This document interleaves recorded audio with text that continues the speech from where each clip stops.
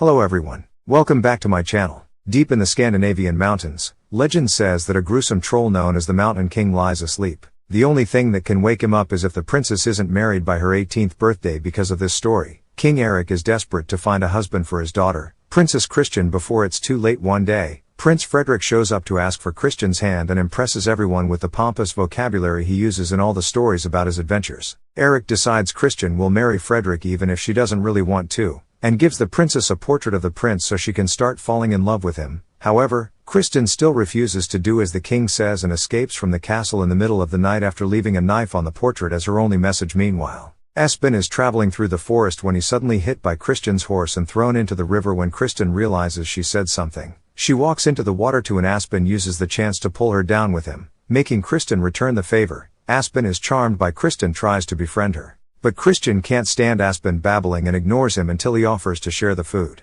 since she hasn't eaten in a while. Christian ends up eating everything, only to leave after thanking Espen for his kindness. Moments later, Espen returns to his family's farm where his brothers Per and Palin been working since dawn doing their chores but also making up for Esplanad's absence, so they aren't very happy with them. Things get worse when their father informs them that all their crops are ruined thanks to a vulture that came down because Esplanad didn't put up the scarecrow, and since Esplanad all the things you got at the market to Christian, they have nothing to eat. The father scolds Espen for not pulling his weight and takes her and Pal hunting. Espen spends the day alone in the house tending the fire, and in the evening he hears heavy thumbs and growling coming from the forest. Espen assumes it's a troll and starts using the fire poker as a sword as he imagines himself as a hero. This causes a bit of fury coal to be thrown around the house, which starts a fire. Espen hurries to try to put it off with all the water he has, but the flames spread quickly and there's nothing he can do but watch in the forest. Christian continues to make her way out of the kingdom when she suddenly hears the noises as well. It's the mountain, who finally has come for her. Christian tries to run away,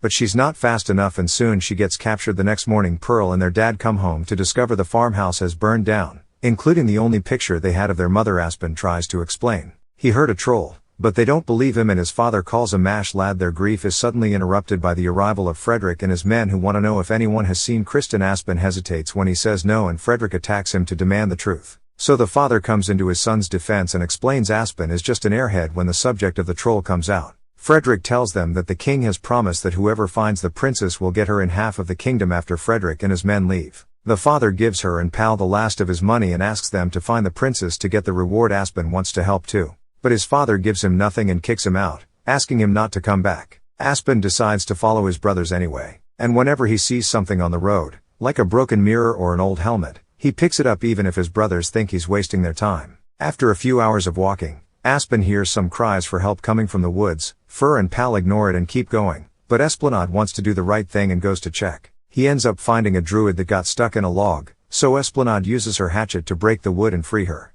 The druid also says she's hungry after being stuck there for so long, and Espen shares his last potato before explaining he's looking for the princess. The druid informs him that she's already been captured by the Mountain King and the only way to kill him is to get the legendary sword to be a gear which was last seen in a very dangerous marsh. Espen wants to retrieve it, thus the druid gives him a map to the marsh. At first it looks empty, and to make the image appear, Espen must ask politely. Espen begins to follow the map across the forest and finds Kirsten brooch on the ground, indicating he's going in the right direction. Although he doesn't notice he's standing on a footprint left by the troll when night falls, he makes camp alone and uses the helmet. He found a boilsome place. Meanwhile, Eric feels incredibly guilty for having caused his daughter to disappear. A messenger suddenly arrives and informs him that they found Christian's horse in the woods next to a giant, confirming the troll took her. The next morning, Kristen wakes up to find herself in the troll's cave. The exit is blocked by a heavy boulder. She can't move, meaning she can't. Back on the road, Pearl and Pal come across a basket full of golden apples. They decide to take one for each of them,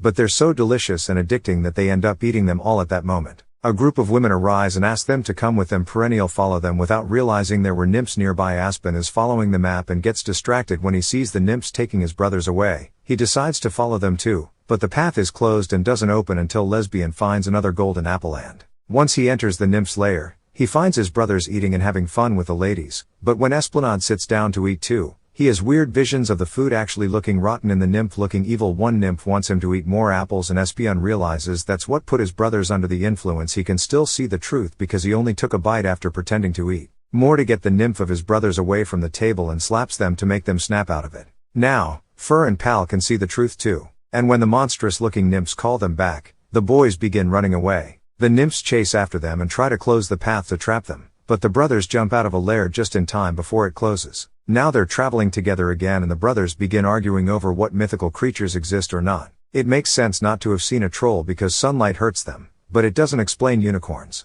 Meanwhile, in the cave, Kristen is wondering if she could climb her way out of there when suddenly the boulder at the entrance is moved away. It's the troll who drops a bunch of animal bones to feed her. Christian doesn't want to anger him and pretend. Back to the boys, Aspen picks up a ball of yarn while Paul discovers this road is near a town, so it's decided they should take a rest. They go to the nearest tavern to fill their bellies, and at another table the waitress is also serving Frederick and his men, who are all extremely rude to her. Aspen shows his brothers the math, and this is seen by Frederick's man, causing the prince to immediately come to the brothers' stable. Frederick asks for information on the princes because they love each other very much and they have to marry. Promising a good reward for and Pal are interested in selling the map since they only want the money to rebuild the farm. But Espen points out that if Christian truly loved Frederick, she wouldn't have run away. Frederick gets furious and demands to have the map, for also thinks they should hand it over. Aspen refuses, and when the waitress brings their food, Aspen throws the bowl of hot stew at Frederick's face. A furious Frederick orders his soldiers to catch the brothers, triggering a bar fight that everyone in the tavern joins as various men exchange blows all over the place. Frederick goes after Esplanade with his sword and only manages to defend himself thanks to the waitress passing him. Frederick still hits him and makes him drop the pin, and when Esplanade tries to grab a spoon instead, Frederick overpowers him on top of a table. As he comes closer, Frederick steps on a plate of food belonging to a burly and now furious man that grabs Frederick and throws him away. The brothers take this chance to run away into the woods, but Frederick and his men follow them until they corner them against the edge of a cliff. Aspen pretends to hand in the map, but at the last second he turns around and jumps with his brothers into the water. After swimming for a while, the brothers reach the shore and start scolding Esplanade for not taking the money and making an enemy out of a dangerous prince. Her also thinks their family would be happier if Esplanade didn't exist, and Esplanade responds by starting a fight. How immediately separates them and partakes the map before going back to the road. Even after the insults has been, continues to follow his brothers, only stopping to pick up a bear skin. Meanwhile, the troll comes to pick Kristen up to get married. Kristen tries to defend herself with a piece of bone, but this does nothing, so she uses her words instead and points out that there can't be a wedding if she doesn't have a.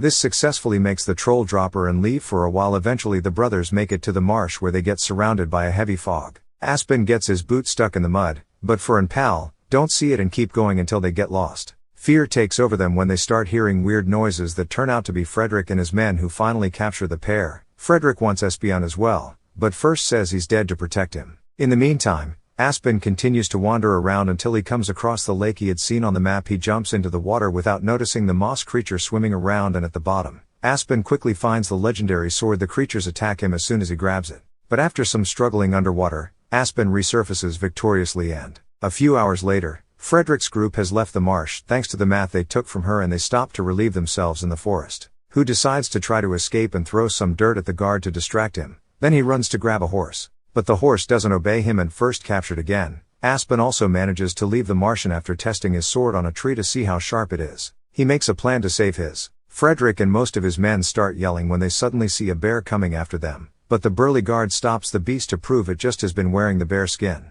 Now Esplanade gets captured too, and Frederick keeps the sword, but he doesn't kill the brothers yet. He wants to use them as bait when they make it to the troll's cave, and if Christian doesn't cooperate when they find her, then she'll die too. The group continues to travel, only stopping to make camp at night. The brothers are tied to a tree and palace to be fed, but the men throw the food out of their reach just to see them struggle. Suddenly a deep growling can be heard from the woods. It's the troll coming for them. Frederick and his men run away, but the brothers are left behind. Fortunately, there's a rock near them that they manage to pick up and use to cut the ropes right before the trolley's off the tree. Aspen and Fur immediately run away, but Paul first stops to pick up the food. The three of them find a spot to hide together, but when Fur discovers Palace brought the food with him, he throws it out to stop the troll from finding them. By the smell, the food bounces on a bunch of trees and rocks and ends up falling next to them anyway. Frederick orders two of his men to fight the troll while he escapes, but this only ends with the troll killing them both. The prince hides by climbing to the top of a tree, and when the last of his men tries to join him, Frederick pushes him away to feed him to the troll. This isn't enough for the troll to leave, and he begins shaking the tree to catch the prince. Minutes later, the brothers only hear silence and wonder if they can come out now. However, the troll finds them, thanks to the smell of the food, and kidnaps Pal before finally leaving. When the troll returns to his cave, he throws Pal and Frederick with Kristen, who isn't impressed at how bad the prince is at rescuing anyone. Frederick tries to tell her this is part of his plan, but Pal points out that heard him say he would kill Christian if necessary. Furious, Kristen knocks Frederick out with a bone, and when she's about to do the same to Pal, he explains he's just a farmer and tells her all about. Here in Esplanade's name gives Kristen a bit of hope. Back to the boys. Esplanade begins crying because he thinks losing power was his fault. Her comes through and finally admits that while he does complain a lot about, he's also capable of extraordinary things nobody else can, and he should never stop dreaming afterward. The brothers search the forest to see what got dropped during the chase. Unfortunately, they find a legendary sword in Esplanade. There is also a bunch of fireflies around, so they catch them in a jar with honey. Then Pro and Esplanade the forest to finally make their way to the Mountain King's lair using the fireflies in the jar as their lantern. The place is filled with human bones and shaped almost like a labyrinth, so Esplanade takes out the yarn he picked up earlier and uses it to mark the way as they go. After some exploring has been, steps into a hole, but doesn't fall thanks to the sword getting stuck, and to his surprise, this hole is connected to the cave with the prisoners using a rope for an Esplanade,